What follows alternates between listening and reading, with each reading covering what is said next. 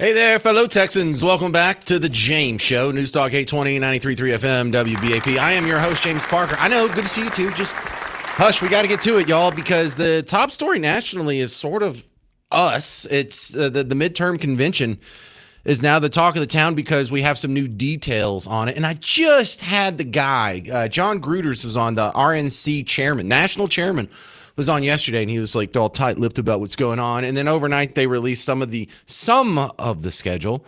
So one of the things we've learned is that JD Vance is going to do the keynote speech on the first night, Wednesday, September 9th. Thursday, September 10th, Donald Trump is going to give the keynote address. But also we learned that Donald Trump will be here both days. So Donald Trump's coming to town, and you know who else is coming to town? My first guest, the great Joe Pags. You hear him on WBAP at 8 o'clock every day. Thanks for stopping by the James Show, Joe. So you're coming up here too. So you're going to be broadcasting your show live. Are you in the convention on the radio row with us?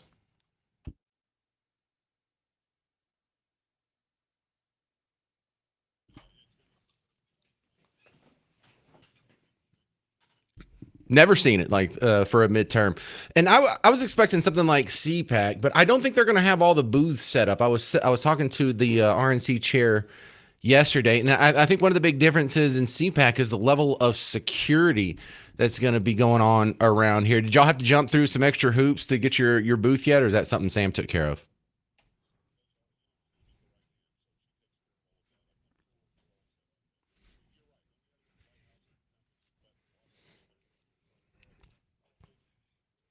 Do they know you by now? You should be like, bro, I'm Joe Pags. You don't have to run another background check on me. All right. You're like, come on, Joe Pags. I'm like number 7 on the heavy 100. Well, the thing that's going to be different here is I work here, and I think they're going to like put up all kinds of fencing and have snipers on the roofs and maybe some ninjas under the desk. So I haven't had to work in these conditions before, but you've been, under the watchful eye of the Secret Service. Is it really going to get in the way?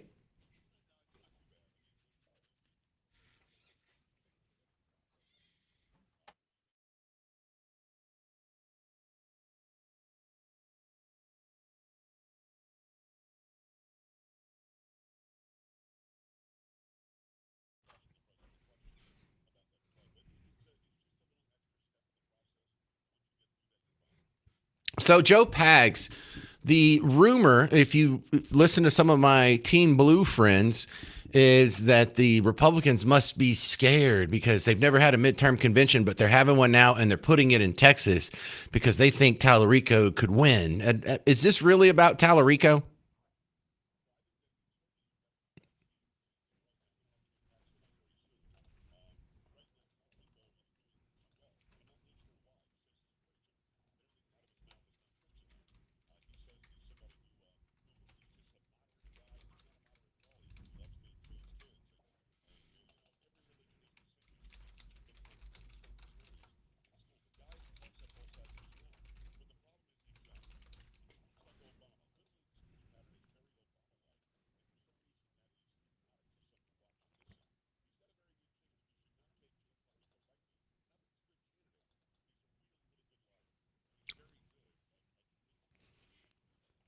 Well, I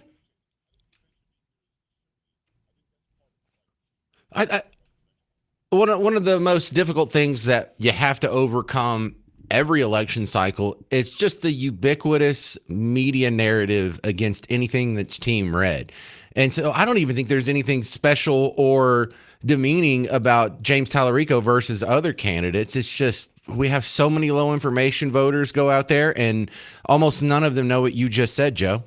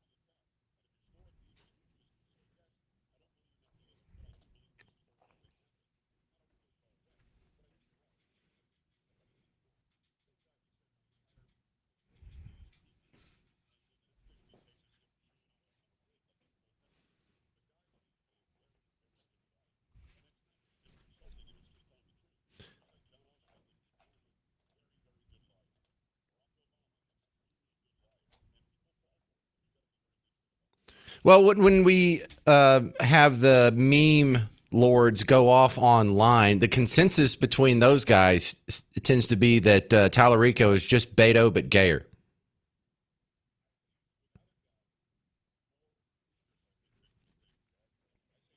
Beto.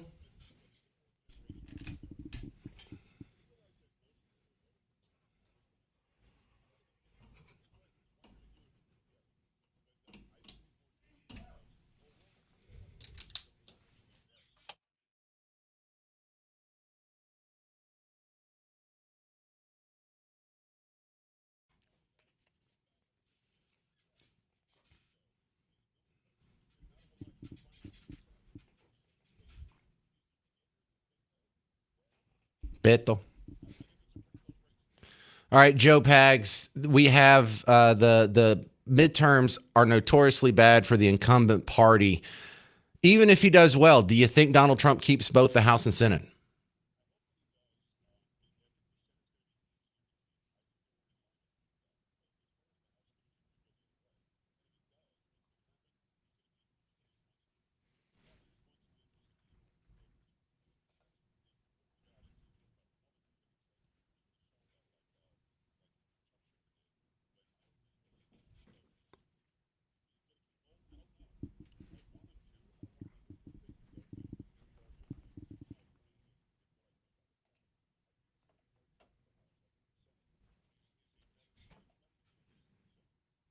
Hmm.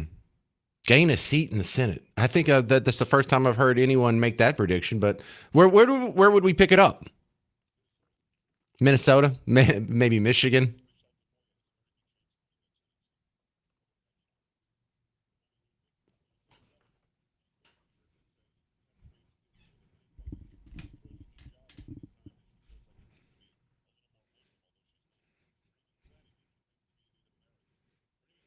Flanagan.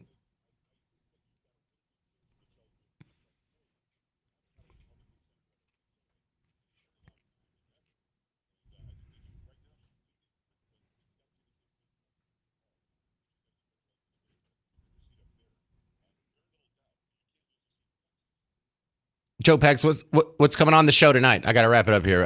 You're coming on in a few hours.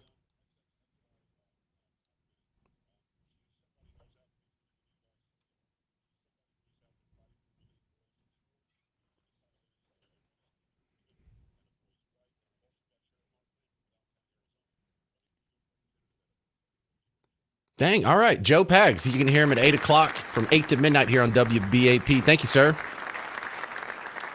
Coming up next, the midterm convention is all the talk online. I'll let you hear arguments for people who are excited about it and people who are making fun of it, and think for yourself. Coming up next on The James Show. News Talk 820, 93.3 FM, WBAP.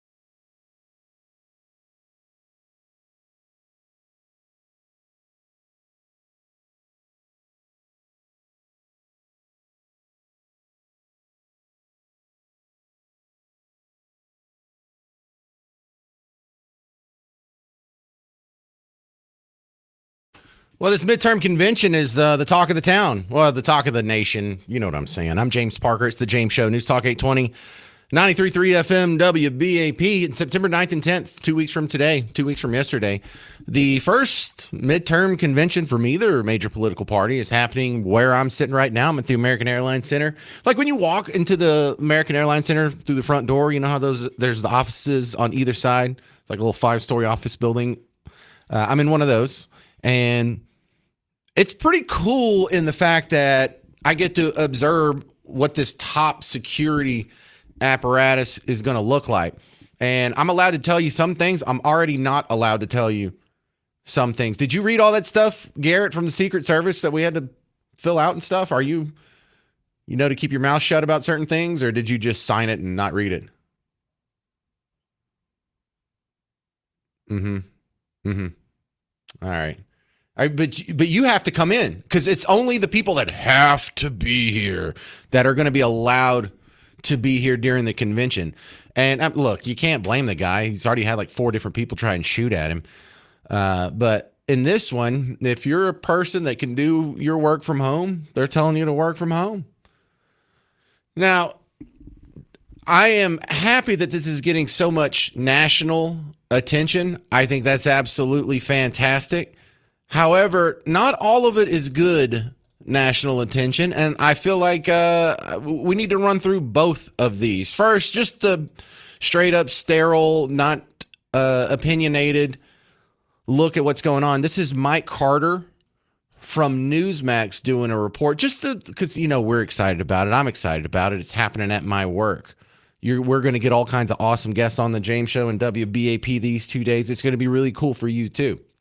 But the rest of the nation, they're starting to catch on, too. The greatest rally of them all. 2 nights of showcasing key Republican races across the country, the men and women who are running in those races, and the voices of everyday Americans who want to ensure that President Trump's agenda is still supported in Congress. Overnight, the RNC releasing details of the programming for this midterm convention set for Dallas on September 9th and 10th. Vice President Vance will deliver the keynote speech in Dallas on night 1. Meanwhile, President Trump, he'll appear both nights, making the keynote address on night 2. Good morning. Okay, so that's news for us. We did not know that yesterday. Donald Trump's going to be here both nights.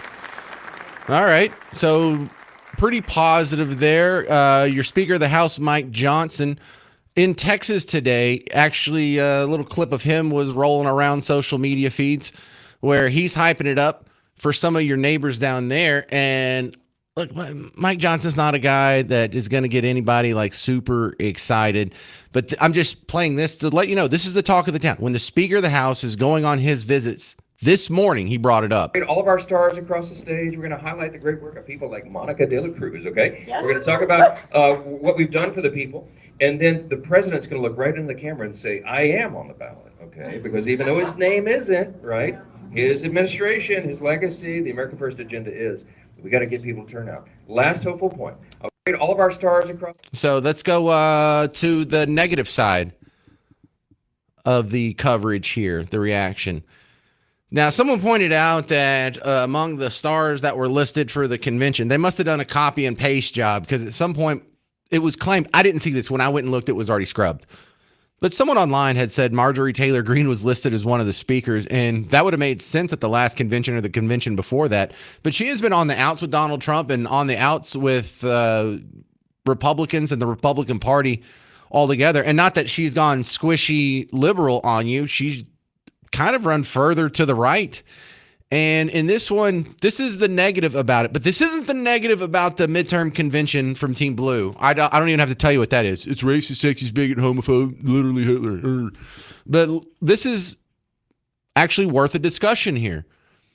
The Republican Party has turned off some of their voters. Is it enough to cause them the Senate seat in Texas? Is it enough that it can't be overcome with the midterm convention? Is it enough that he's going to lose the House and Senate? Well, that's yet to be seen. But this is Marjorie Taylor Greene making a case that isn't going to be made either on MSNBC and CNN nor on Fox News. But I'm curious to know how many people feel this way because, well, let me just play it for you. You guys are not going to believe this. This literally made me laugh today. So let me tell you what I just found out. I found out that my name is on the website for the big GOP convention being planned in Dallas, Texas, coming up for the midterms here. And so, yeah, my name's on the speakers list. And I found that absolutely hysterically funny.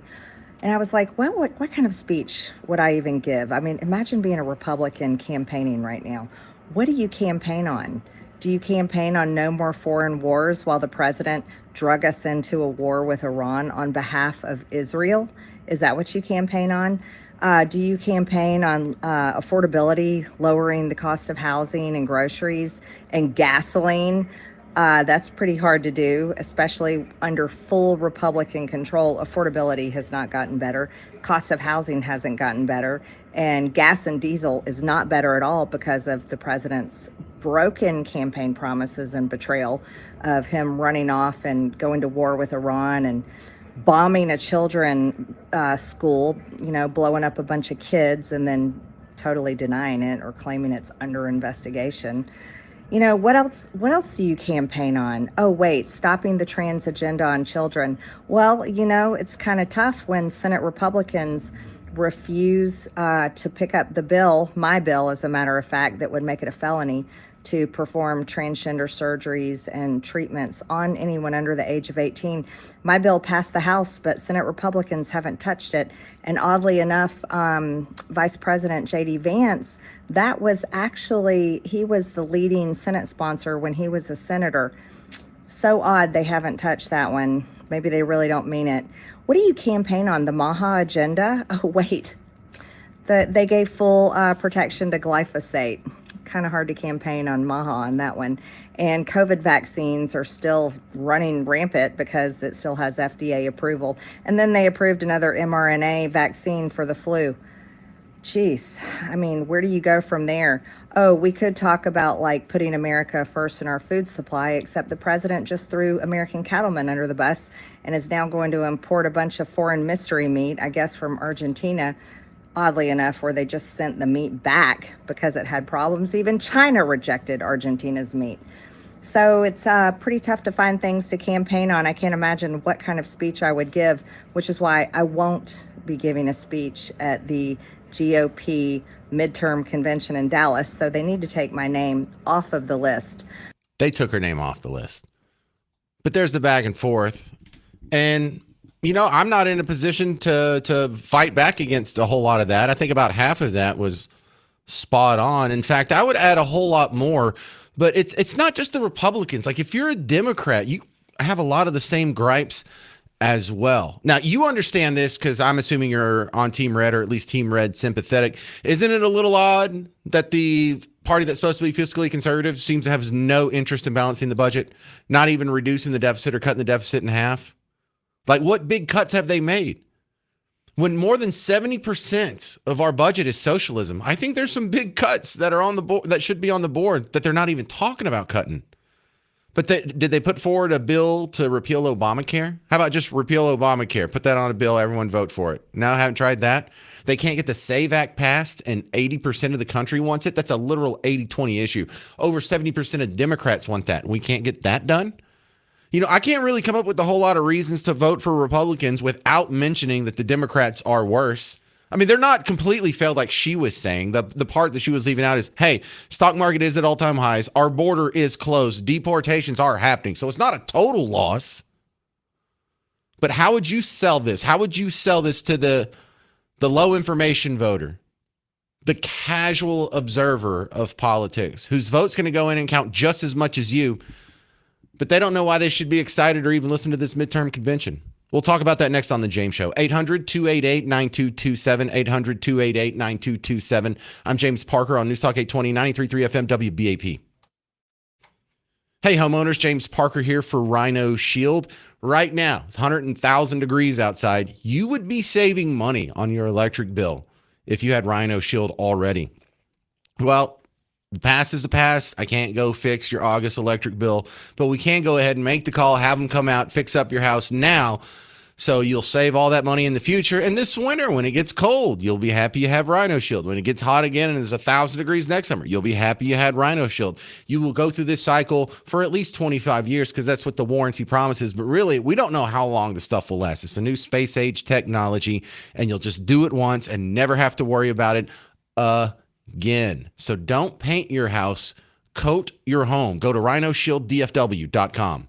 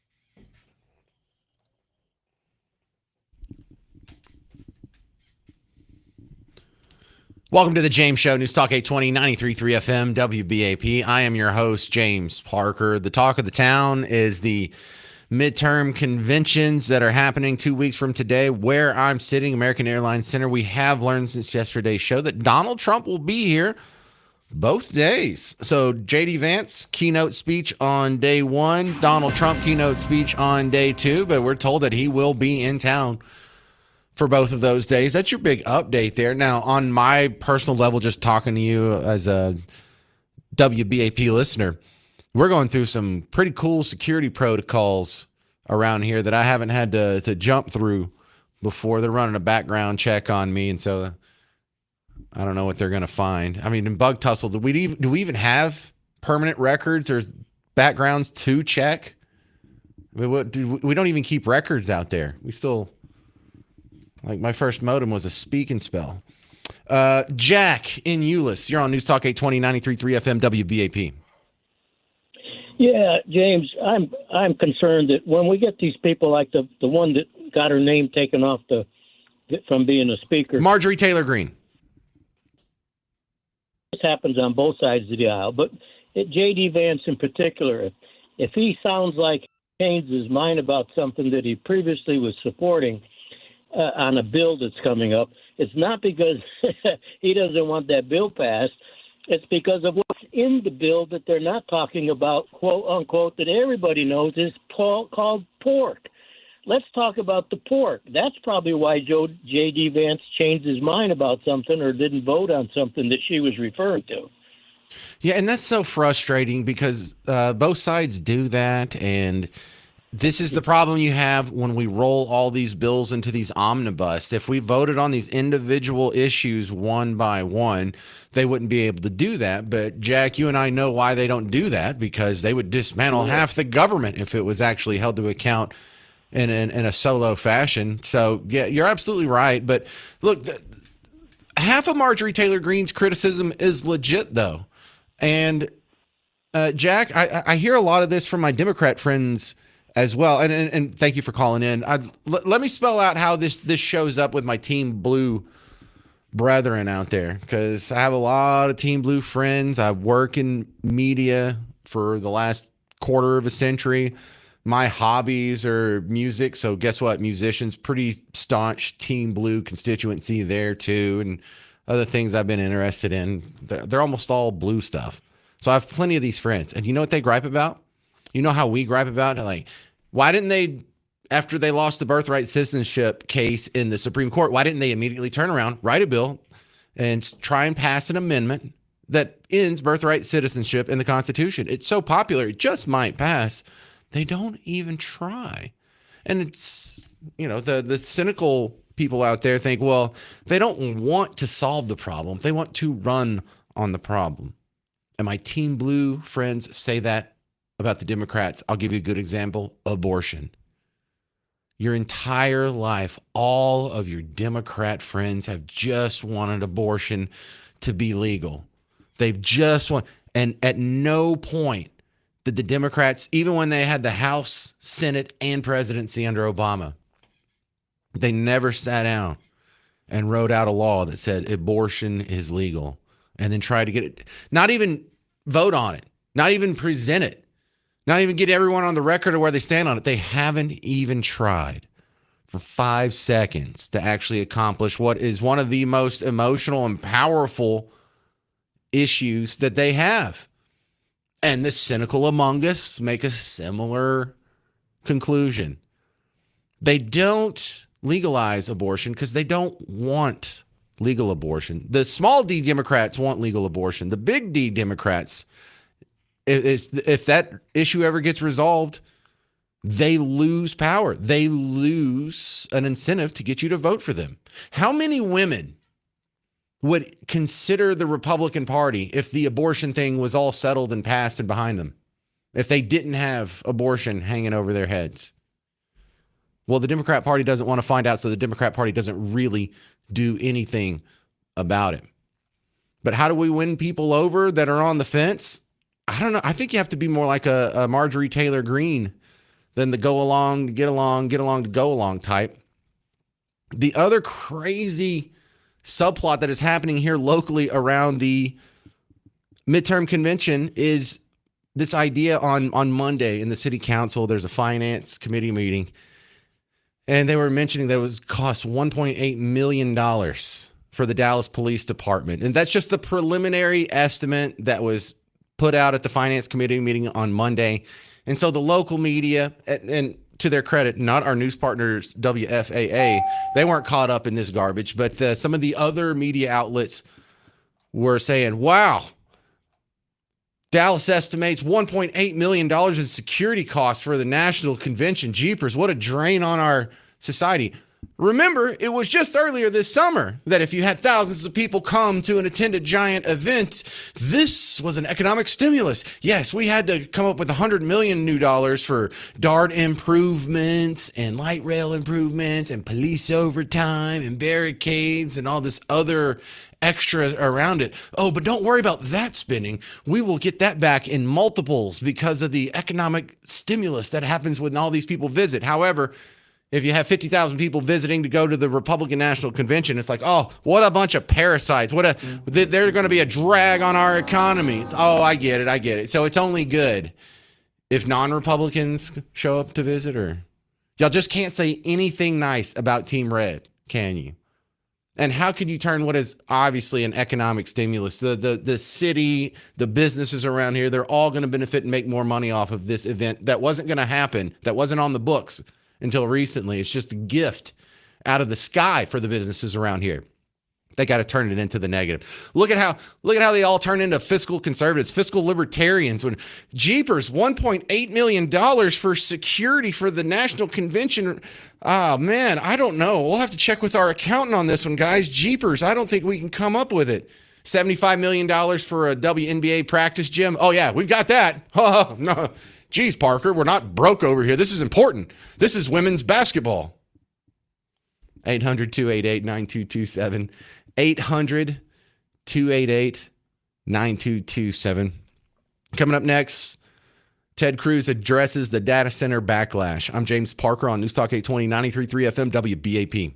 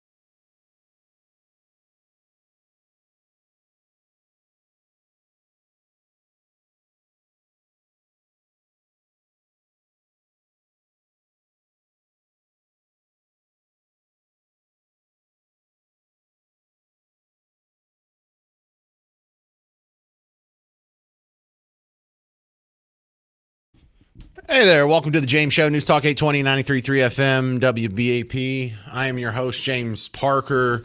A couple quick notes here. Start your day with the WBAP Morning Show from 5 to 9. Another quick note, the midterm convention's coming to town September 9th and 10th. Donald Trump will be in town in Dallas, where I'm at right now, 2 days in a row.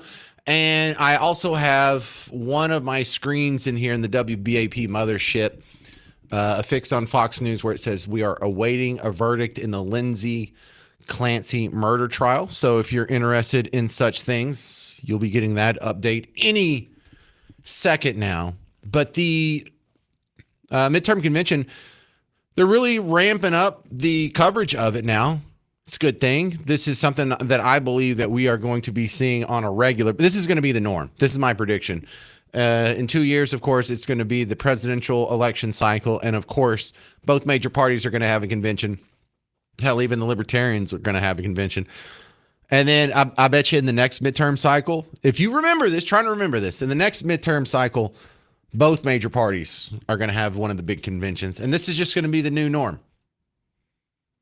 Stick with me after I talk to Ken in Arlington here. I'm going to play you what Senator Ted Cruz said on the data center backlash. But to the phones we go.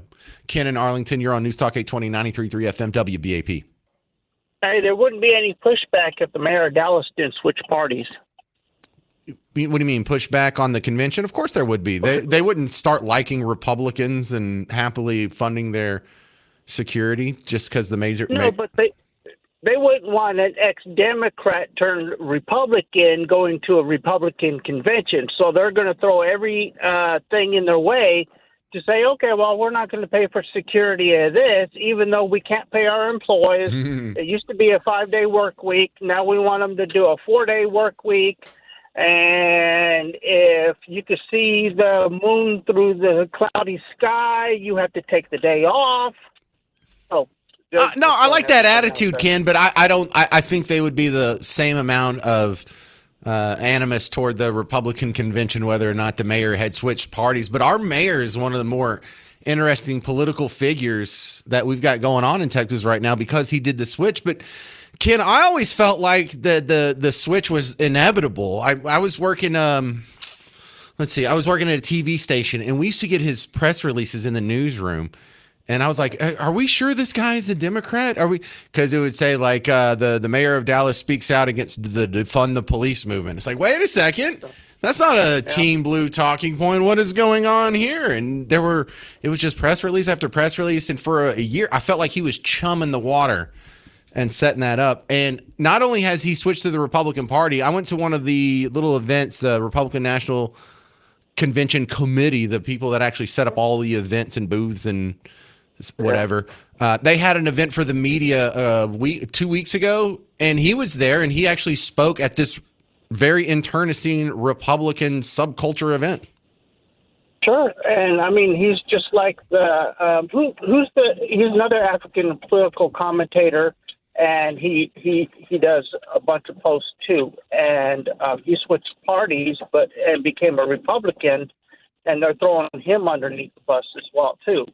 I mean, hey, I would love to see who is it, the one in Fort Worth, your friend Lawrence or whatever his name is. Yeah, Lawrence. There. There's a lot more Lawrences out there than make it on these media platforms, and their numbers grow by the day. Thank you very much. That's Ken in Arlington. Now, I want to be the first guy. Hopefully, I'm the first guy to play you this clip. Because some people out there, you listen to talk radio all day, every day.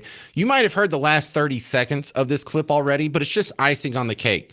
So I backed it up, and I'm going to play you about a whole minute, almost a minute and a half before that. So this whole clip's almost 2 minutes. But it really is not just the icing on the cake. I'm giving you the cake underneath. And I don't quite agree with the last 30 seconds, but it makes a lot more sense if I play you the whole bit. And if you hadn't heard this already, you're going to hear this last 30 seconds elsewhere too.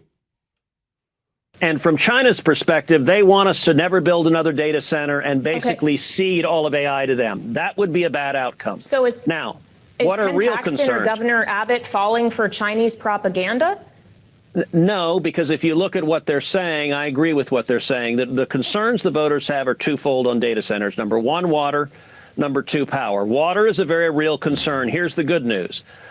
Virtually all new data centers being built use what's called closed loop cooling, which means they use the same water and just circulate it over and over and over again. So their water consumption is very, very low.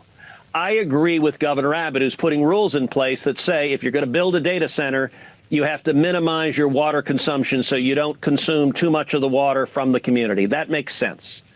Number two, voters are understandably concerned about electricity prices. Electricity prices have risen 30% since 2021, and a lot of people are struggling to make ends meet. I agree with what Governor Abbott has said, which is no new data center will be built in Texas unless the impact of that data center is zero, is absolutely not one penny added to anyone's electricity bills. I think that makes sense. And I'll tell you, I'm urging the companies that are building these data centers go further than that. Make the benefits absolutely clear and indisputable. I'm urging them send checks to the residents of the community. Send them $100 a month, send them $500 a month, send them $1,000 a month, or even better, say if we build a data center in your community, for the rest of your life, your electricity bill is free. We will pay your electricity bill. That's how you win the PR battle, is you make the benefit. Suddenly people will be like, hot diggity damn, I like that data center because I don't pay a power bill.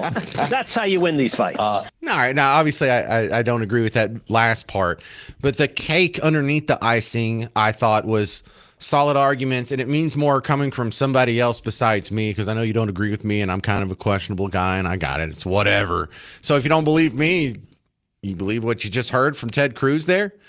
And really, if you want to win over communities these days, you know, big cities, small towns, medium-sized towns all together, you don't come in and build a data center and then take your excess profits and build more electricity or cover their electric bill. What you want to do is you want to cover their Ozempic. Yes, free Ozempic for everyone in this community if you let us build a data center. Oh, my goodness. Have you seen all your neighbors on Ozempic? They would, the 5 of them that aren't on Ozempic, they'd be just walking around with the syringe hanging out of their neck half the day, I bet.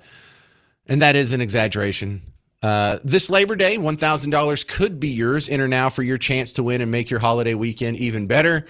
It's the national contest. Go enter at WBAP.com. It's in the headline rotator at the top of the page. Sponsored locally by the good folks over at Benjamin Franklin Plumbing. Coming up next on The James Show, we're going to have a very abrasive debate next over, are Indian immigrants really a net good for Texas? I'm James Parker. It's The James Show. News Talk 820, 93.3 FM, WBAP.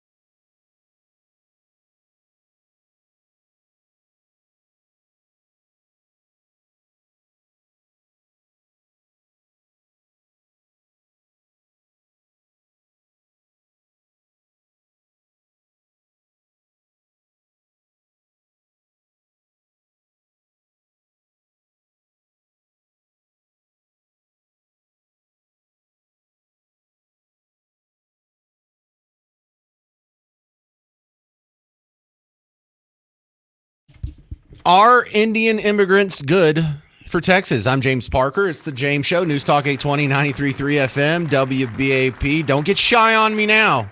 This is the kind of important conversation that we don't need to be shying away from. And the question could have been asked 20 years ago and you'd get a much different answer. Because if you don't have a giant influx of immigrants, a lot of the problems that we discuss that are going on now don't exist. If you don't have, because for those of you who just stumbled onto this show for the first time and have no idea what's going on in North Texas, when I first started in radio in 2002, Frisco was 2% Indian immigrants. Now it's a third, like 33% Indian immigrants. And that's not just a small detail. These are people with a different culture, different language, different way of dress, different religions, different holidays, different sports, different everything. And it's drastically changing many of our towns here in North Texas. The question now becomes, is it changing them for the better? Back in 2002, when it was just 2% of the population, it didn't matter what religion they were or what music they listened to or what holidays they went to, or, you didn't have to worry about them if they're the majority of a school's population. Does that, because there are some schools in the Frisco school district that are overwhelmingly Indian immigrants, like far more than half. So do y'all even celebrate Christmas anymore? Or do you do the Festival of Colors or Diwali, or how does this work?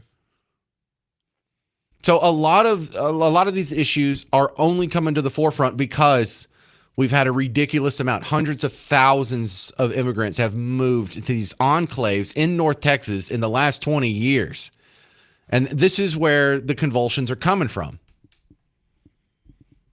So Chris Kerner, he's a guy, he has a podcast called The Kerner Office. Get it? Because it's Kerner and Kerner Office. But it's about building a business, and he owns like a bunch of RV parks, and he built a subdivision. He seems like a successful guy. Seems like a guy that actually, it looks like a pretty good podcast here. But he was making the case in favor of Indian immigrants. And now this deserves all kinds of context that I can't squeeze into such a small segment here. But if you want to compare Indian immigrants to other immigrant populations, sure, it gets worse. But let's just focus on this one group, because Chris Kerner writes, it's becoming uncomfortably racist here in the Dallas suburbs. Here are the facts. Okay, so I already don't like it. Is there a way you can criticize a group of people who aren't white without being called racist? Just tell me how to do it, and I'll do it. I can't stand, I'm not racist. Almost nobody that is making this criticism is racist. So please don't aggressively misinterpret and demonize the other side of the debate before you even get to your points, but he did. All right. He says Indians are 2% of DFW and own 5.3% of its businesses. See, I love this minimizing thing. Yes, it's just 2% of DFW. Sure. If you count everyone in the WBAP broadcast area, there's 8 million people. But if you concentrate 200,000 of them in Frisco, it's a different story. He says DFW's Indian population more than doubled from 2000 to 2010 and is at 220,000 today. Well, that's a low number. Asian Indians are the majority in many Frisco subdivisions, and Frisco is one of the wealthiest, fastest growing suburbs in America. In Frisco, where Indians are the largest Asian group, the Asian median household income is $190,000. Median home is $642,000. Poverty 3.5%. Name the DFW suburbs with the most Indian families: Frisco, Plano, Allen. Now name the ones with the best schools and highest home appreciation. Same list. They're literally providing more jobs and paying more in taxes per capita than the average American. They're overwhelmingly here legally through the most vetted visa process we have. Really? This is what ruining the neighborhood looks like, apparently. The real reason no one can afford homes here is but we need to build more houses, and nearly half of DFW construction workers, also immigrants. Yeah, but not Indian. The people getting blamed for the housing shortage are the ones framing the houses. That's an unfair conflation, and you know it. My wife and a friend recently hosted a nonprofit children's entrepreneurship market. Guess who most of the winners were? Yup. Isn't America supposed to be competitive? They make us better. The H-1B visa program has real abuses, but families in Frisco aren't the problem. Mark me down as pro-Indian. So Steven Crowder did a clapback on his show that he posted yesterday. Now, I'm going to read you some of the stats that he typed out. And then next, I'm going to play you the audio of him responding to Mr. Kerner, Chris Kerner. And then I'm going to turn it over to you. Overall, are Indian immigrants a net positive for North Texas? All right, so here's some stats from Steven Crowder. He says, Chris, you cited GDP and home prices like that's the whole picture. It's not. Indians donate about 1% of their income to charity. The average American donates 4%. Church-going Christians making under $100,000 a year donate in the range from 5.4% to 11%. $32 billion a year gets remitted from the U.S. to India.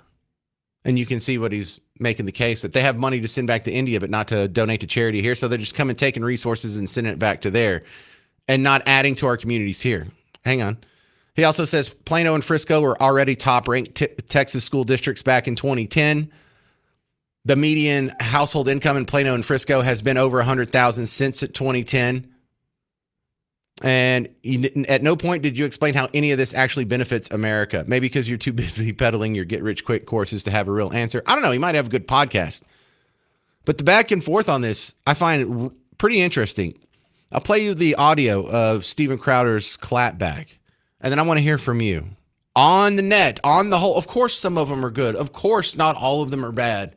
Of course some of them aren't good. Of course some of them are bad. But on the net, where are we on that sliding scale? Is it a net positive or a net negative? 800-288-9227, 800-288-9227. I'm James Parker. This is The James Show. News Talk 820, 93.3 FM, WBAP.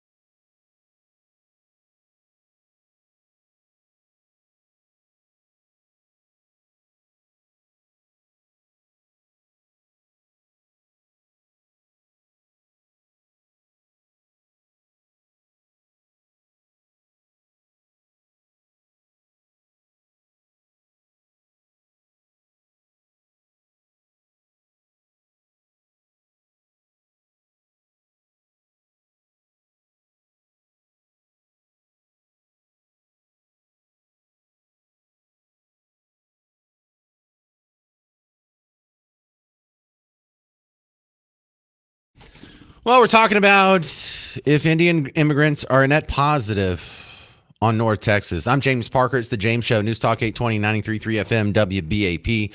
Now, let me tell you, before I play you Steven Crowder's clapback to the list of statistics from Chris Kerner, I think they can be.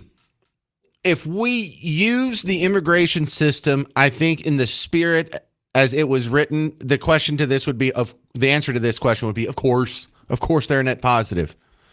But they sold to you the H-1B visa system. This is going to be only for jobs that employers can't fill, that if there's a specialized set of skills and we just don't have enough Americans to fill it, and we tried to offer to Americans, but there wasn't enough, programmers or whatever it is to go around. And geez, if push comes to shove, it's better to bring in someone who can do this, and we can keep this commerce going. We can keep this company going.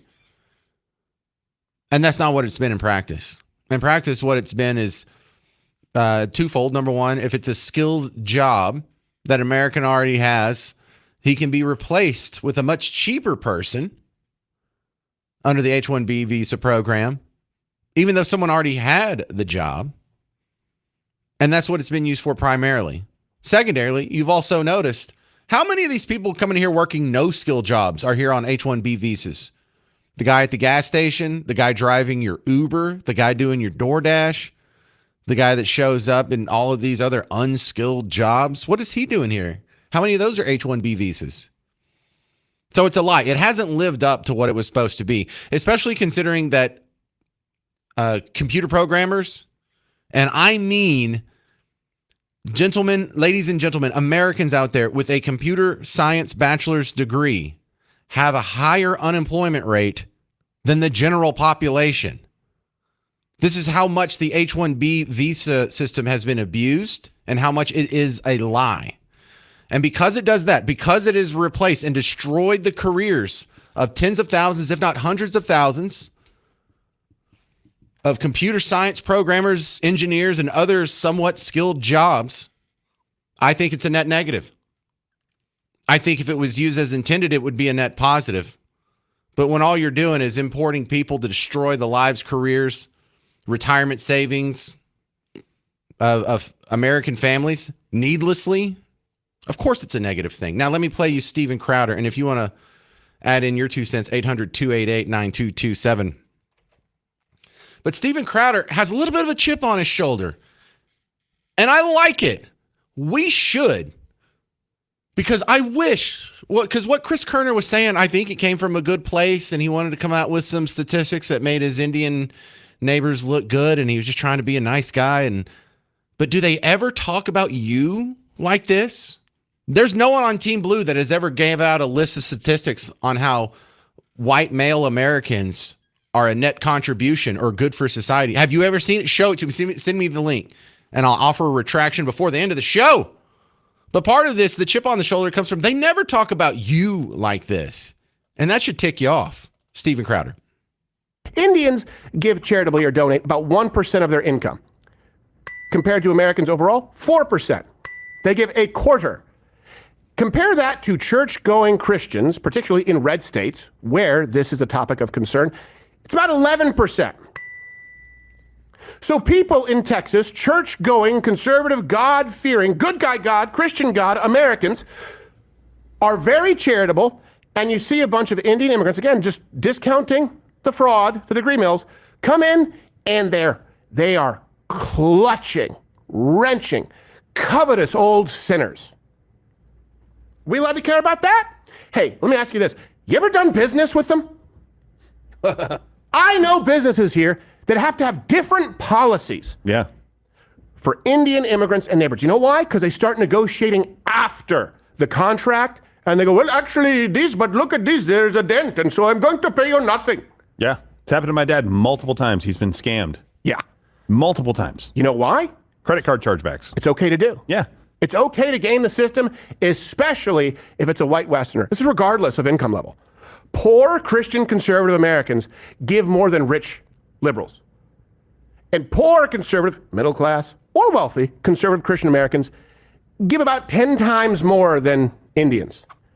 The remittances from America to India, about $32 billion a year. Hey, That sounds like a significant chunk of change. They have the money, they have the disposable income, but they send it home. They don't rebuild this community. They loot this community and they send their loot back to the country for which their allegiances truly lie. Now, I think if we're talking about Somali immigrants or Haitian immigrants, I think everyone understands that's a net negative. But for Indians, you got to give them credit. At least they're not on welfare. At least they're not dragging on the system. They're not opening leering centers. But I think I lean on the, because of the overuse and abuse of the H-1B visa system, I think this is a net negative. 800-288-9227. This is Cassie in Argyle. You're on Newstalk 820, 93.3 FM, WBAP. Hey, James. Does no one remember 9/11?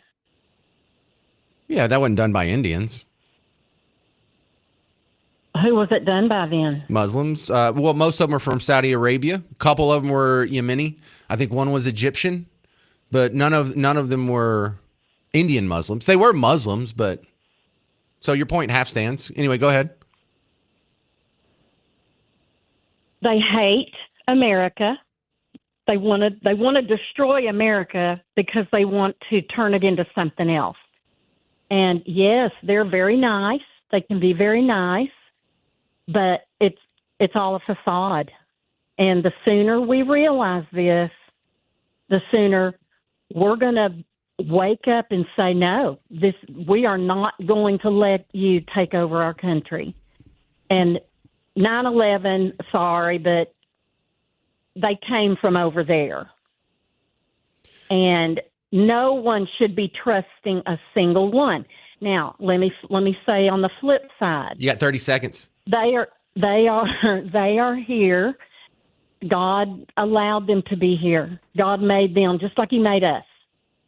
But they chose to come over here and kill almost 3,000 of us. They hate us. They do not want America to stand. And the sooner, like I said before, the sooner we realize that and take a stand and stop accepting all the niceness, because I think it's fake. And may not with every single one. I mean, of course not with every single one. But no, and we have to be able to speak in generalities, Cassie, because someone's going to call in. They're going to argue. They're like, no, I know a guy and he's totally nice, or I've known this family for my entire life. Not everyone's fine. But every country where this has happened, it has not ended up well for the native population. They've taken over around 50 countries, and it's the same pattern every time. And you're not going to like how it ends up, especially if you're gay or female. All right, more on the conversation. Is the influx of Indian immigrants good or bad? I'm James Parker. It's News Talk 820, 93.3 FM, WBAP.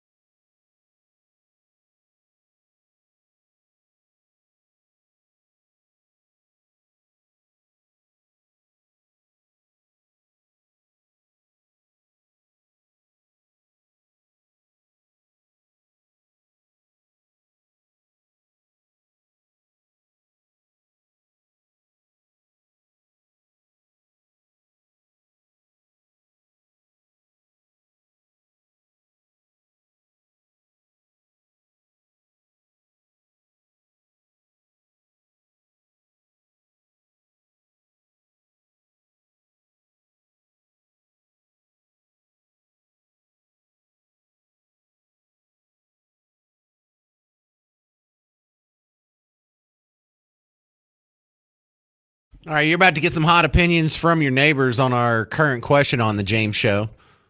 I'm James Parker. It's News Talk 820 93.3 FM WBAP, and the question's not a difficult one. Indian immigrants, are they good for Texas? I don't mean on an individual basis. I don't mean your best friend. I don't mean the guy that's making some sort of scientific breakthrough at Texas Instruments, working on some new semiconductor project. I'm talking about the hundreds of thousands of people that have come into North Texas, most of which are taking jobs that were previously held by Americans or otherwise would be held by Americans. They are displacing American workers. They have driven computer science professionals into one of the highest unemployment rates, higher than the national average. People with a computer skill. We're told we need to import hundreds of thousands of people because we don't have enough people for these skills. Well, that's obviously a lie. So unskilled people are coming here and taking the jobs of unskilled workers. You see it with the truckers. You see it with Uber. You see it in about 28 other instances that you see it at Dallas ISD. Really, we need to import a janitor from the other side of the planet. Like, I have like 5 people I'm related to that really need a job right now, and I would love for them to be a janitor at a school. But when it gets to this level, then no, it's not a net positive for North Texas. You have a bunch of people that are coming here. They're not assimilating. You know, look, they're building mosques. They're building Hindu temples. We have freedom of religion. What am I supposed to sacrifice that and keep importing people to come here and take our jobs? No. How about we stop this, reverse as much of it as we can? And if we have to pay a little bit more for our computer programmers, then fine. If we have to pay a little bit, it's the same thing as the other illegal immigrants, like the Hispanics that come and pick our crops. If I have to pay a little bit more for a carrot, then it's totally worth it. But let's see what your neighbors think. Ron in Dallas, you're on News Talk 820, 93.3 FM, WBAP. Are Indian immigrants good for Texas? Hey, James, first-time caller. They can be if the H-1B system is used the way it should have been used. You're right. I'm one of those computer science people that, you know, every year I wonder if I'm going to be replaced with an H-1B person. And, you know, I've been lucky enough to have been doing this since 1995. And in that time, you know, there was a time when I had recruiters calling me constantly, but now none of them do because, well, I'm not an H-1B person. You know, if I move back or if I move to India and applied for an H-1B visa, it wouldn't be so bad. Just tell them you are. Well, look, there's a couple of advantages they have with the H-1B visas.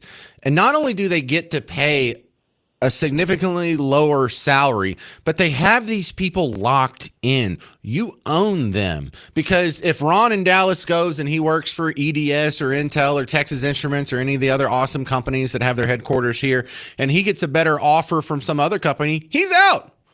But the Indian immigrants, the Indian H-1B visa, they're locked in. They can't go to, it's not as easy for them to switch jobs and go to another country. I have heard tell of them doing so, and I have heard tell of them coming down and just doing contract work and jumping from contract to contract.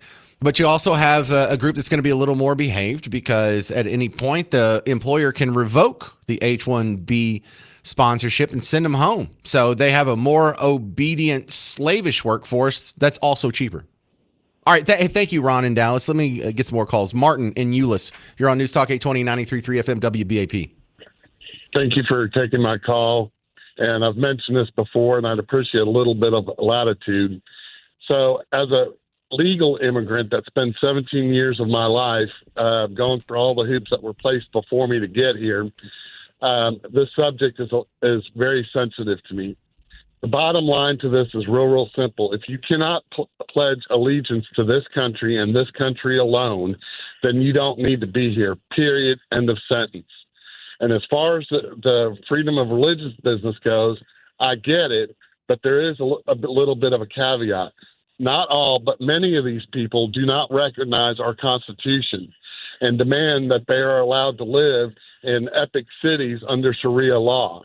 If you're not willing to live under our constitutional system of law, once again, you should not be here and you need to leave as quickly as possible. You End know, of sentence. I think that is the great litmus test. If you want to live in Sharia law, get the hell out. This country's not for you. There are 50 countries that already have Sharia law.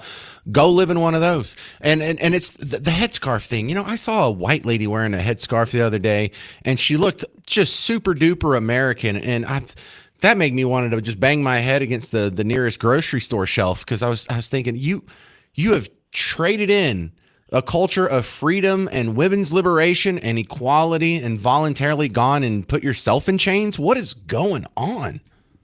I was just gonna say this. One of the things that's really curious to me is where's all the feminists at? I mean, if you're a feminist and you're embracing Sharia or the Muslim culture, and the gays, you think the gays are like, we have queers for Palestine? It's like, are you insane? That's it. Yes, the answer is yes. They are insane. Oh my goodness! It's pathological. Listen, my country of origin is dead to me. I will not fly my country of origin's flag ever at my house. I have my American flag flown 24/7, 365 days a year. When it rains, I take it down. It's lit up at night. When Hey, Martin, I got to step aside. You sound awesome. What's your country of origin? Germany. Germany? I didn't see that one coming. All right. Well, thank you very much. That's Martin and Euless. I have a bunch of other people on hold who are going to tell you their thoughts on the big question of the hour. Are Indian immigrants good for Texas? I'm James Parker. It's The James Show. News Talk 820, 93.3 FM, WBAP.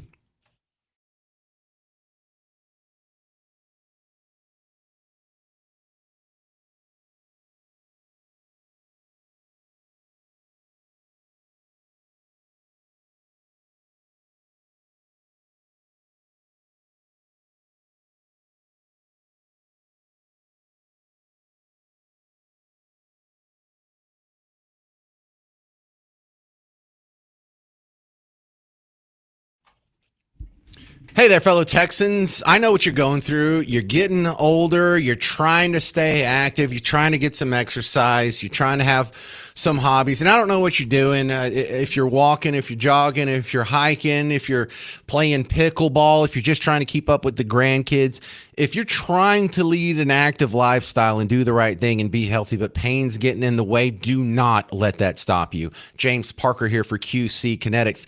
You may be able to get some help from my friends over here at QC Kinetics, and in the best way, in a way that doesn't involve you being cut open and no one's going to be digging around and rooting around in your body. These are treatments that don't require surgery, don't require anesthesiology, don't require stitches. There's not going to be blood everywhere. You're not going to have to be put under. You're not going to have to be in an awkward hospital gown. You go in, you get out. The whole process takes less than 30 minutes. And when you go in for the consultation itself takes less than 30 minutes. And the consultation doesn't cost you anything. So, you know what? Just find out if QC Kinetics can give you that active lifestyle back. Call 972-972-8610. 972-972-8610.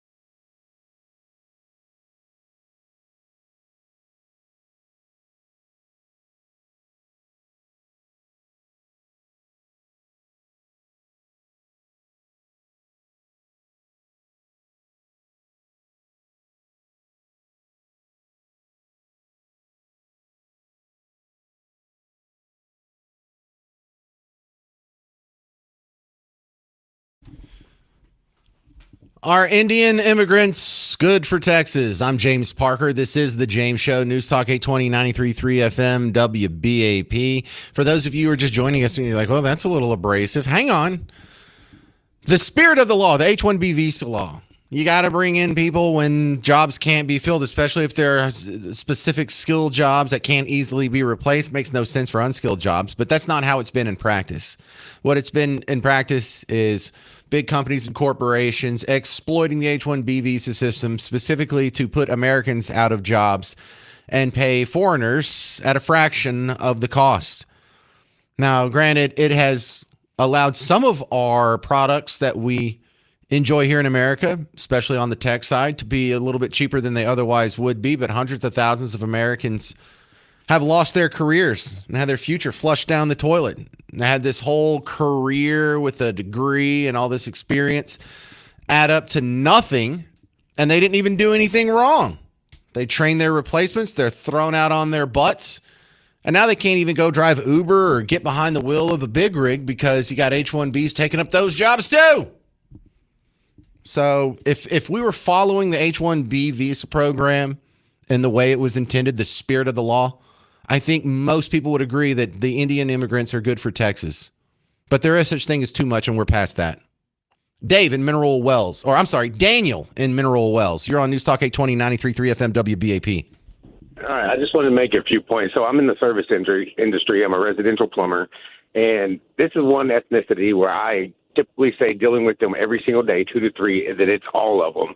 They don't think they should have to pay for anything. They all live in $500,000 plus houses that I deal with in Plano, McKinney, Irving. And we got to a point at our company where we had to start collecting from these people up front, because when you complete the job, usually it's half down, half when it's done. They refuse to pay the second half, and they start threatening to sue you, saying that that wasn't the issue. And then to top it off, I learned that if the job's $5,000, you have to start at $7,000 because they're going to Jew you down to $5,000 before it's all said and done. Yeah, maybe we should call it, they're going to desi you down now, because I'm hearing this over and over. I don't know if you heard a couple segments ago, I was playing the clip from the Steven Crowder show, which is, y'all, you think this is a big international show, but he's based out of Dallas just like you and I are. He's our neighbor, so he's going through this. And I'm getting that a lot from messages like, who was that? Cleo had sent me a message that says that they have to get paid up front for what she does for a living too, because they never come back and finish the bill. They'll reverse charges on credit cards is what some other people are telling me. Cleo also said that they have equipment that they rent to most of their customers, and they found that they can't rent it to that segment. They literally have to have different rules. And it's a cultural thing. It's not like a race thing. It's not like, well, the color of their skin makes them inferior. No, the fact that the people from this culture think it's okay to not pay the bill and get away with whatever you can get away with, the better, the more you can gain the system, the smarter you are. That's not working out too well with Western civilization now, is it? Brett in New Mexico, you're on News Talk 820, 93.3 FM, WBAP. Hey, James. Can you hear me? You sound great. Go, Brett. Sounds good. So to piggyback on the last guy, I was in McKinney a few weeks ago, and I was touring through the new neighborhoods. And yeah, those houses are, more than 500,000, and they take up a whole city block. So those were houses that are zoned as, single family homes, but those aren't single families living in those homes. And those will never be single families that can afford those homes in the near future. So you're making that actually more like giant apartment complexes, and you're setting those neighborhoods into that. That's going to stay that way forever. Yeah, Brett, I had a realtor from the area named Kelly Smith on a few times this year, and she was telling me all kinds of real estate laws that they're breaking. If you're going to put a house up for sale and make it available like to the public, then you can't discriminate against, who you put the offer to. But very clearly, they're putting posts online saying, hey, I'll sell to another Indian family for a discount or for cash or whatever. And there's all kinds of laws and rules that are broken. And that should really tick people off because, the guy listening to me, you'll probably get pulled over for a registration sticker being out today. But these guys can come from the other side of the planet and just absolutely rape our system, and they won't hold them to account for anything. Yeah. The other thing I was going to let you just kick around is historically, Hinduism and Islam do not get along. You can look at India and Pakistan. So you can kind of kick around what's going to happen in the near future importing both of those cultures so massively into the DFW area.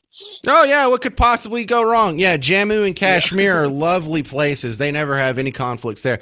And I don't know how much blame Hindus should get for that, because you can't really blame Hindus for not getting along with Islam, because Islam doesn't get along with anybody. Like if you look at the Islamic world, the contiguous geography of the Islamic world, everywhere they butt up against another civilization, there's conflict. You know, if you go south, there's conflict with Boko Haram in Nigeria. You go north, look at the Balkans and southeastern Europe. You go over a little bit east, and you can see what they're doing in Chechnya with all the rebels in Russia, and it's everywhere. So I'm not sure how much I would blame the Hindus on that, but I don't know. The Hindus don't seem to be getting along with Christians too well in India. We only have one example of them, really. So I don't know if that makes a pattern. All good points, though. Thank you, Brett. Stick with the phones. Steve in Dallas, you're on News Talk 820 93.3 FM WBAP. Yeah, hi, James. I'm going to bring up a point that I haven't heard anyone mention, and that is the fact that I have twin boys, and we just sent them off to college. And they, even though they're top students, 4.7 GPA, et cetera, and so on, they couldn't get into any of the major Texas universities because those universities are literally flooded with Indian students who are the progeny of these H-1B cheaters. And it's very disheartening. Furthermore, in my business as a physician, I'm learning that Indians hire Indians, and when it comes to disciplinary action, Indians strive for top administrative positions, and then when comes time to discipline somebody, it's the Indians get off easy, and the Caucasian, Black, any other doctors get nailed. So that's all I have to say. Okay. Well, that means a little bit coming from you, Steve in Dallas, but the fact that I keep hearing this over and over and over, this is really starting to add up. Like, this isn't a one-off. This isn't anecdotal. This isn't just Steve in Dallas being a racist a-hole. If tens of thousands of people are having the same experience, maybe there is a problem. All right, Jimmy Eat World fans. Jimmy Eat World is coming to the Pavilion at Toyota Music Factory September 10th with special guests Minus the Bear and Sparta. Get tickets and information at livenation.com. All right, coming up next, there's still some more people with their Indian stories, but we got some other stuff to cover, people. So we'll wrap this up, and then I'll try and get on to a little bit of remembering Dolly Parton. I'll also have a little bit on the Meta settlement, and I also have a little bit on this new Dallas Cowboys, and you'll hear his pep talk all coming up in the 4 o'clock hour on the James Show. News Talk 820, 93.3 FM, WBAP.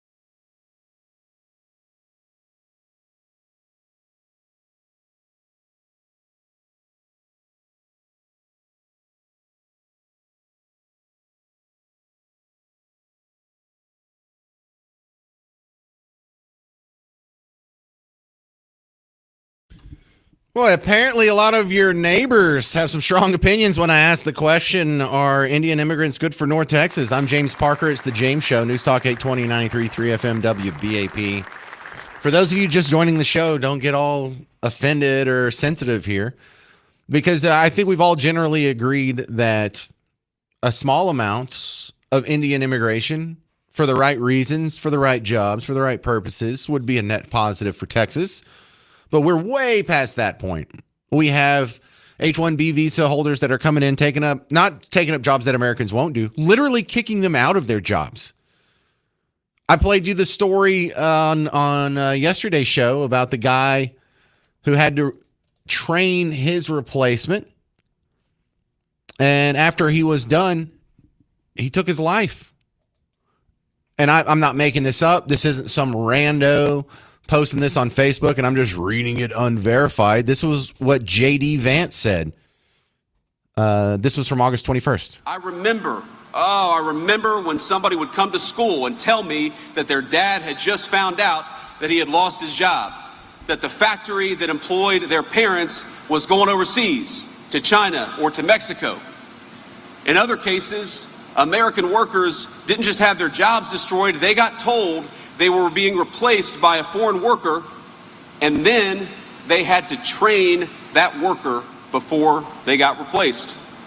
Some of these stories have made national news, and they've stuck with me. 3 years after the Wall Street Journal called for the free movement of labor, a computer programmer, not a mill worker, a computer programmer by the name of Kevin Flanagan was let go at the bank that he worked at. And the bank, they told him, you're only going to get your severance package if you trained a foreign replacement to do your job instead. And it's a heartbreaking story because he did it. He dutifully did what he was asked to do. And on his last day, he packed up his things, he walked to the office parking lot, he got in his truck, and he shot himself. So you can't say that the immigration was good for that family. Is the trade-off worth it? Let's go see what your neighbors are saying here before I get in trouble again. Sammy in Oklahoma, you're on News Talk 820, 93.3 FM, WBAP.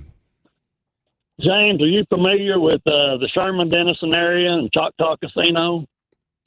Sort of. I've been there a few times. When I played soccer at Buck Tussle Baptist University, we had to play Austin College a couple times. So, I've been there. Well, I can see the Choctaw Casino from my house every night. But you need to ease up on the Hindus, because we in Oklahoma know how to play football and baseball and basketball. But now they're immigrating to Oklahoma, and we're going to have to learn how to play cricket. I'm too old to start a new sport. I'm not doing all that. All right. Well, we're not neither, but yeah, they bought property up here, and they're building cricket fields. All right. Well, I didn't know y'all had that many up there. And you're on the other side of the river from Denison? Yes, sir. We're in the Oklahoma side, but yeah, they're migrating north now. So you need to ease up. All right, good stuff. Thanks for being funny and add a little levity to the show, Sammy. I bet he's fun to hang out with. Let's go to Andrew in Flower Mound. You're on News Talk 820, 93.3 FM, WBAP.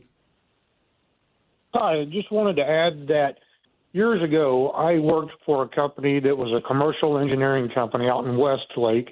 There's a company out there called Sabre, and they did software for like American Airlines and stuff like that. That sounds familiar. And all over out in their break rooms, they would have these flyers advertising for them to get basically a reward or money, or to bring their family members over here to help them get a job. And then this girl I was dating that worked there, who was an American, lost her job, lost her house and everything, because they're bringing this cheap labor over. And basically she had to train her replacement, and she had to move back to Oklahoma and go live with her parents because she lost her decent paying job with 2 kids. And we're just getting kicked to the curb for cheap labor. And I now run a commercial HVAC company, and I get the same thing that this plumber just talked about that was out in, I guess, Weatherford or something. And I get the same thing. They try to talk you down. They don't want to pay. And I'm just sick of it. I swore an oath when I was a Marine to uphold the Constitution, and they're not letting me do it. Man, Andrew, I just keep hearing this over and over and over. And why isn't one of the two major political parties saying we got to end the H-1B visa system? Well, it's going to be up to the American people to do it because the government is not doing it. Well, the Democrats don't want to do it because these are people who come here and they vote for Democrats and they donate to Democrats and they use the welfare system that, again, empowers Democrats. So they are so good for Team Blue.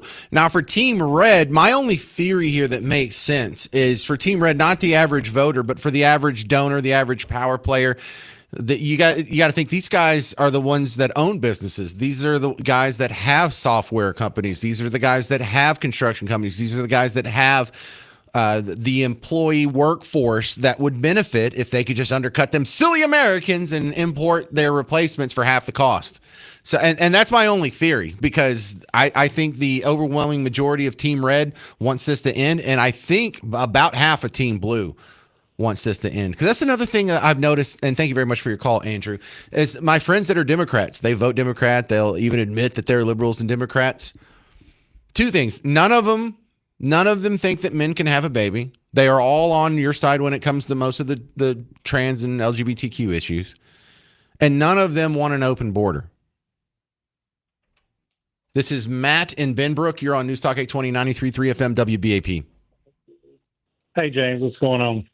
Not much. I just wanted to follow up on that guy who called before the break talking about his child having trouble getting into college because of all the foreign competition, I guess. Well, mine was one who got into a major university. I'm not going to say which one. And she's been there 3 weeks now, and she can't even understand her professor.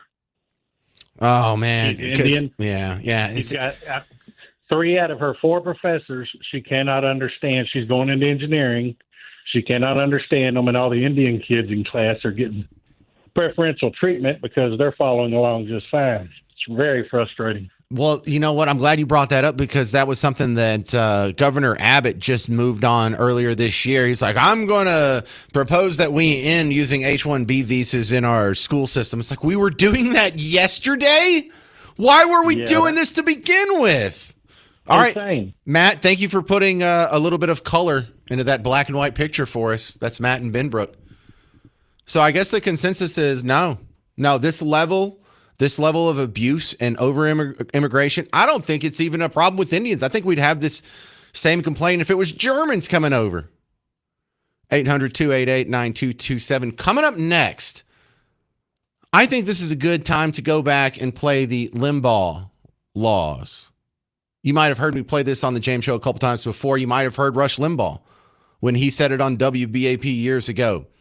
But this, we're going to go back in time and we're going to revisit Rush Limbaugh's immigration proposal next on the James Show. News Talk 820 93.3 FM WBAP.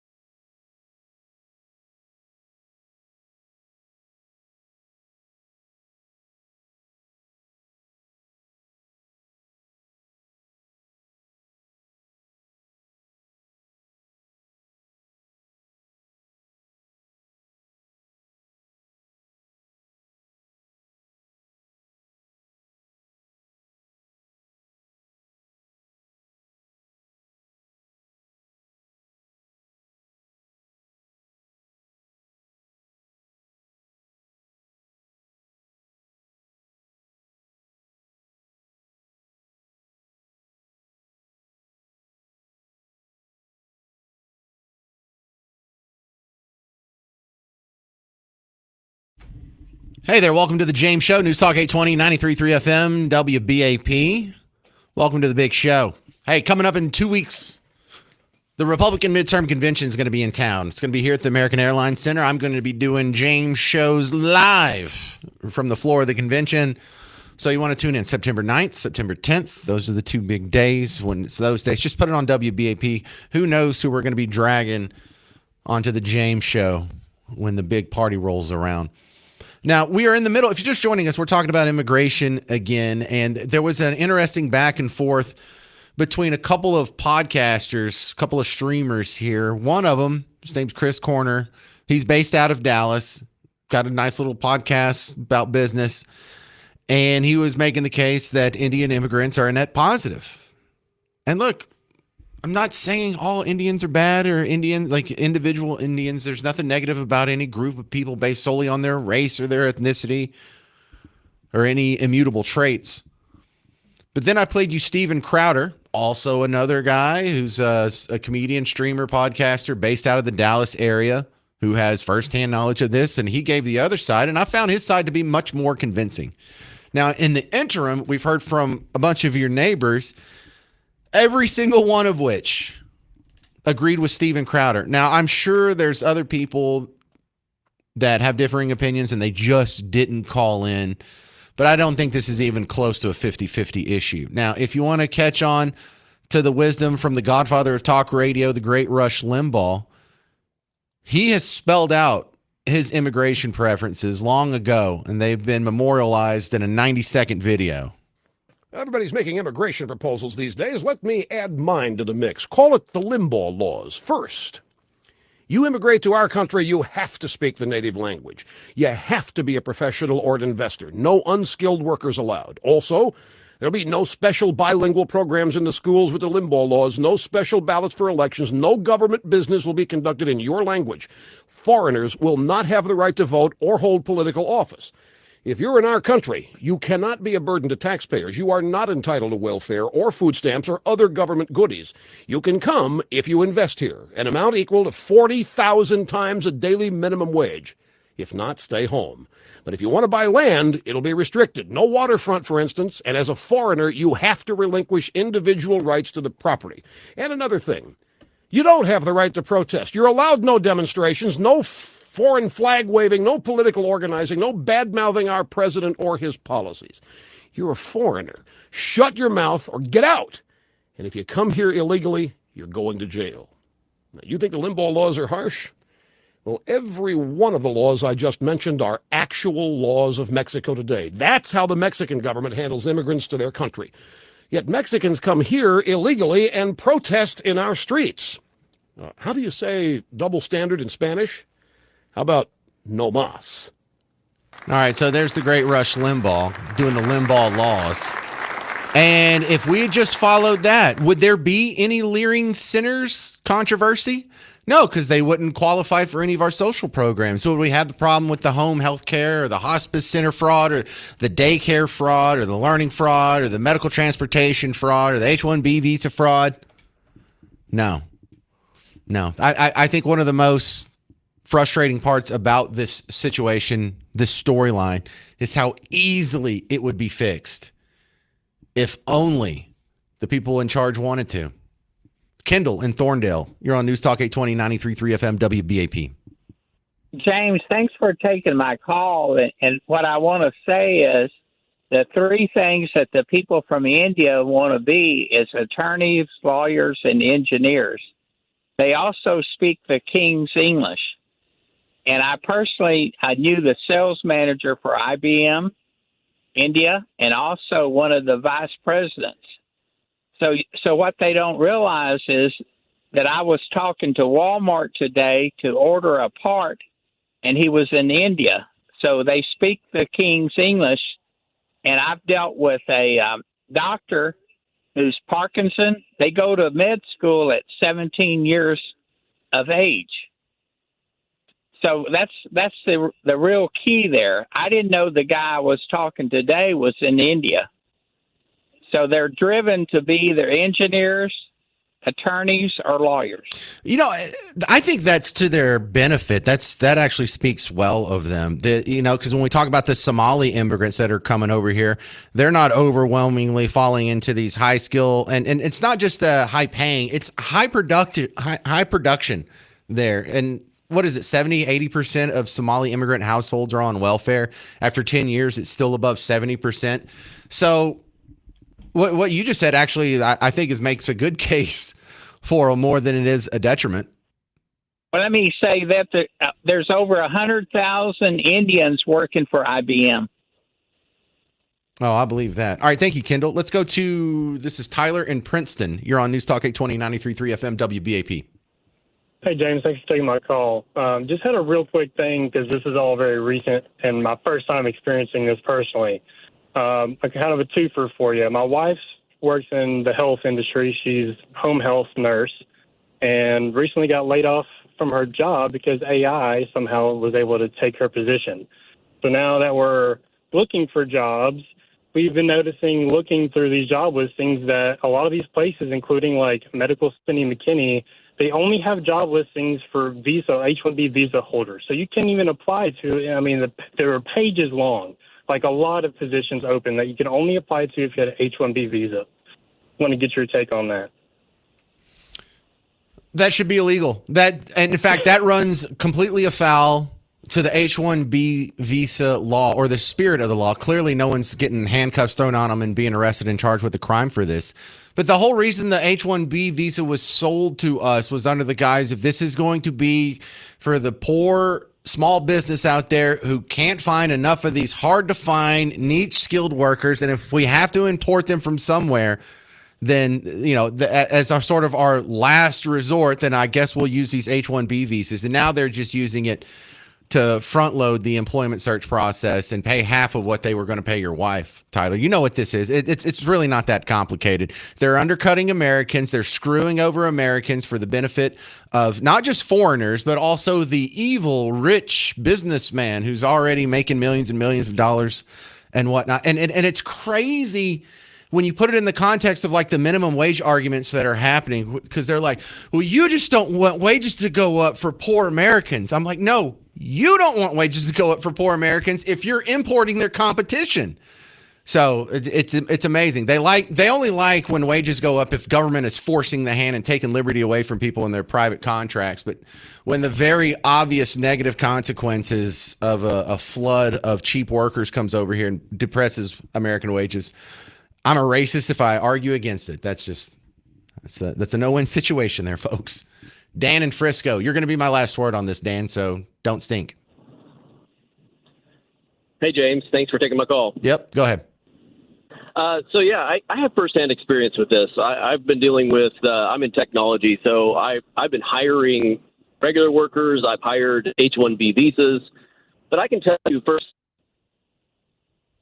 they do not make what they're supposed to make as opposed to their American counterparts. Now, most everybody thinks that anyway, but I can tell you firsthand that most of the people that are H-1B visas get paid about 60 to 70%, and some of them even get paid half. What do you mean? Explain that. Where's the rest of it go? Well, the rest of it, you're just undercutting the regular worker, right? So you just pay them half the wage, the salary. That you would pay an American citizen. I thought it sounded like someone was skimming.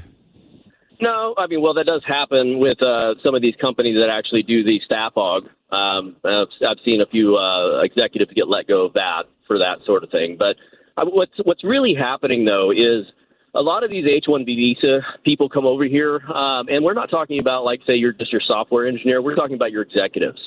And then they infiltrate the bigger companies, and then they start bringing in more H-1B visas. And pretty soon, the entire technology departments are consumed by the H-1B visas.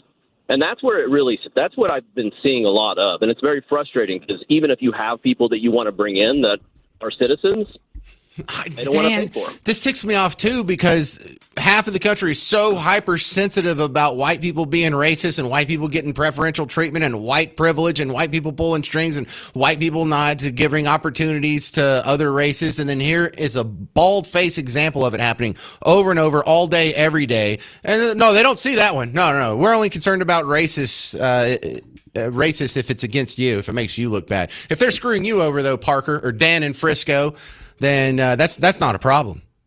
All right, I got to get off this. I got a couple more things to cover here. First, Meta made a settlement. They were being sued by a bunch of states' attorneys general. And a lot of people think, well, we really stuck it to Meta. No, you didn't. I bet you they like this settlement. You just did them a favor. I'll explain next on The James Show. News Talk 820, 93.3 FM, WBAP.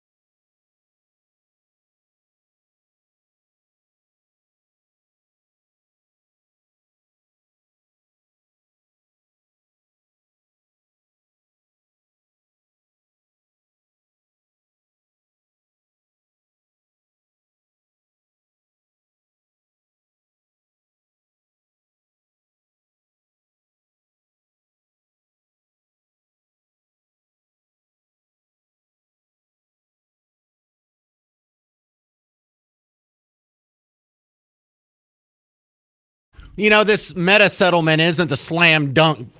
Media's telling you it is. I'm James Parker. Welcome to the James Show. News Talk 820, 93.3 FM, WBAP.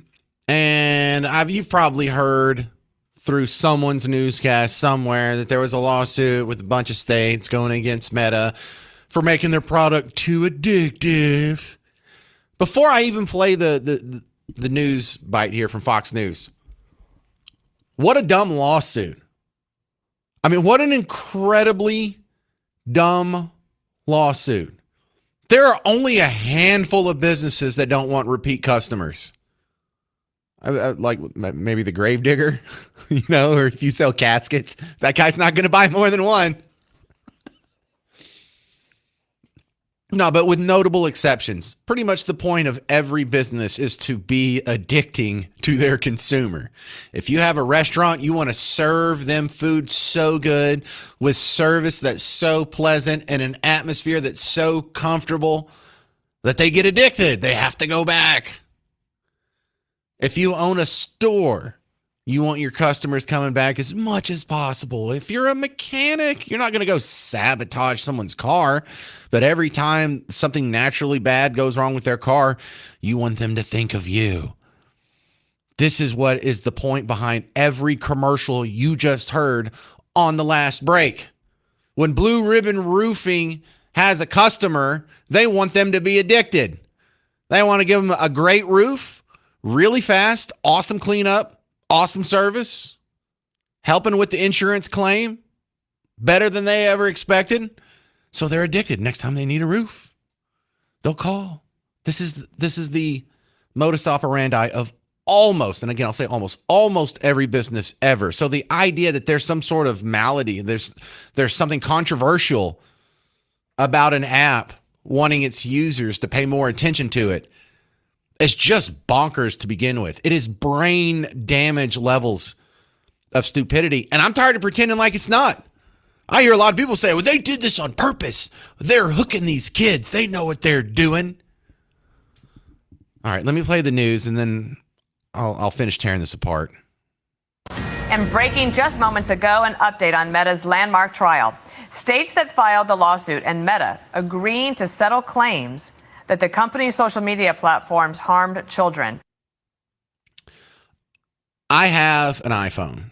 My children have iPhones, or my kids that have cell phones. Not all of my kids have cell phones. I have 4, and they're not all old enough yet. And you know who makes that decision? The parents. Me and Miss Parker. Hi, Miss Parker. But now they say, Meta has to pay billions of dollars, and now we're going to make them have all kinds of new controls. Yeah, that's right. Now it won't be addictive because we have the government stepping in and protecting you. Sorry, that's not how it's going to work. I can already think of 18 ways that is a failed policy before the show's even over. Number one, this is not going to keep kids off of Meta. This is not going to curtail the amount of time they spend on Meta or on Facebook. But when I like to say Meta because this counts all their apps. They have Instagram as well. Now, the $17 billion Facebook doesn't like. That's the negative. That's what the government gets out of it. Now, people are acting like the settlement is Meta has agreed in exchange for the case being dropped, they're going to pay $17 billion and they're going to have all of these new rules forced upon them.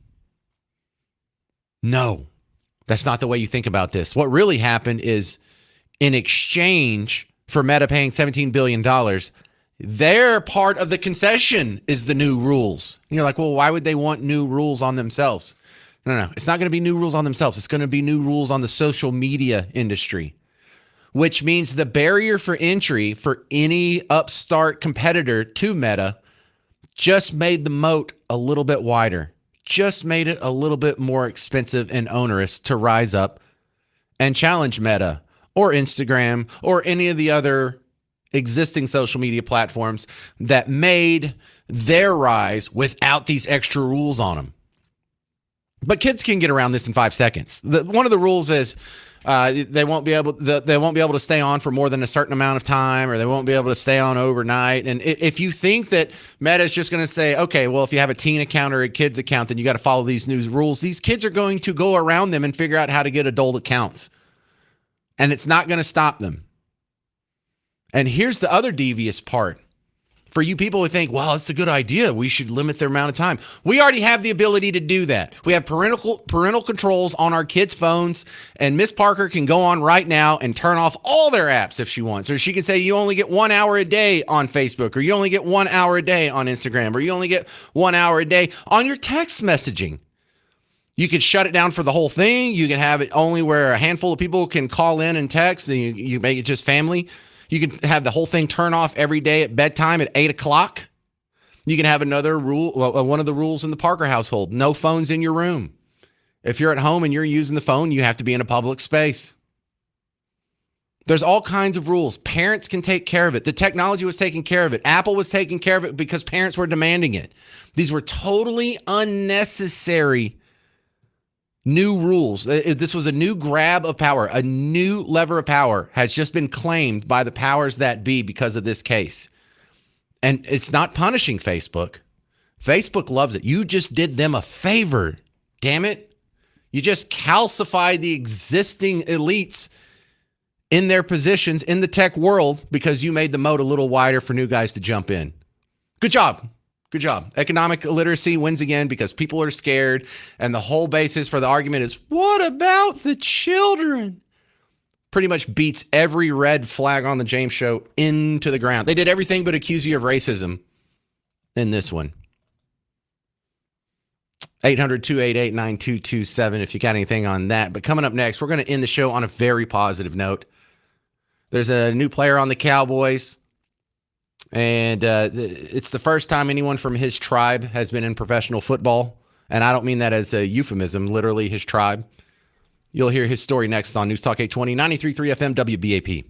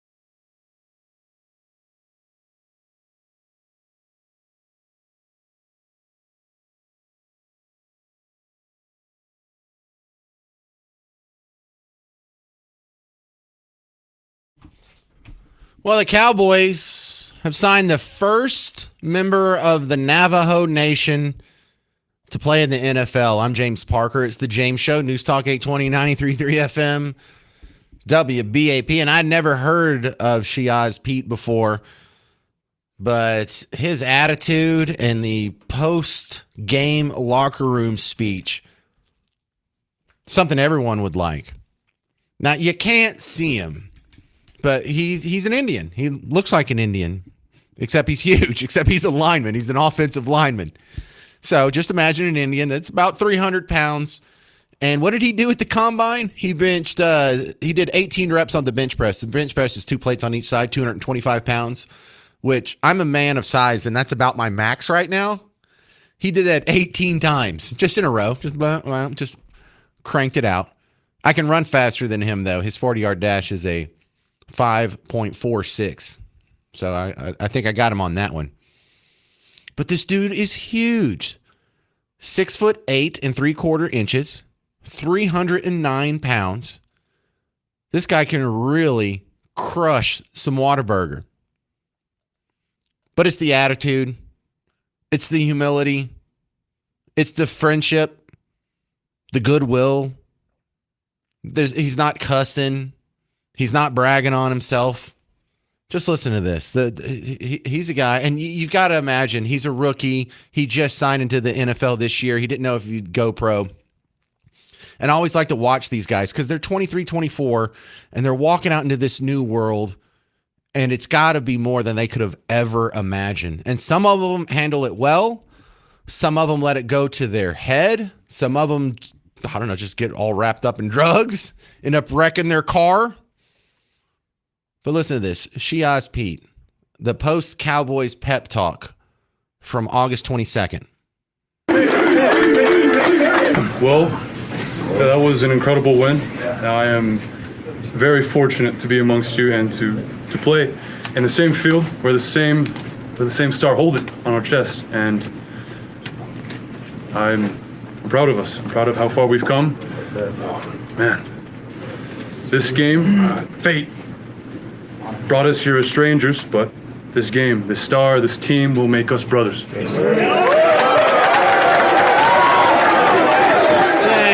how do you not like that guy? Seems to really appreciate where he's at. All right, I'm going to end the show today. There's been a lot of great Dolly tributes passed around. Someone asked me to play this, and I was like, sure, you know what, I can play that. Dolly Parton had been on the Johnny Carson show many times throughout her career, enough so that she wrote a song for Johnny Carson. And then the next time she was on his show, she just whipped out a guitar and played it for him live on the show. This is Dolly playing guitar too, by the way. You didn't see her play guitar a lot, but she's killing it.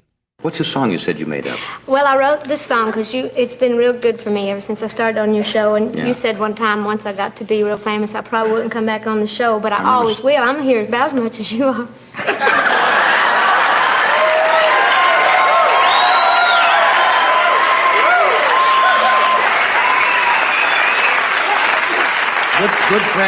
Good friends can say that. Yeah, well, that's what I mean. We can say anything. But I was only kidding because everybody kids you about it. Yeah. I only like the show. Well, I think other people do a good job, but I only really like to watch it when you're on. Thank you. And I don't call it the Tonight Show. To me, it's the Johnny Carson show. You're saying all the right things. No, I'm serious. So, You want me to hold that for you? no, I'm going to pick it a little. As good as I can with these nails. But it's all in the words, and it's, you know, I think it is. Now, it's not supposed to be too serious, so.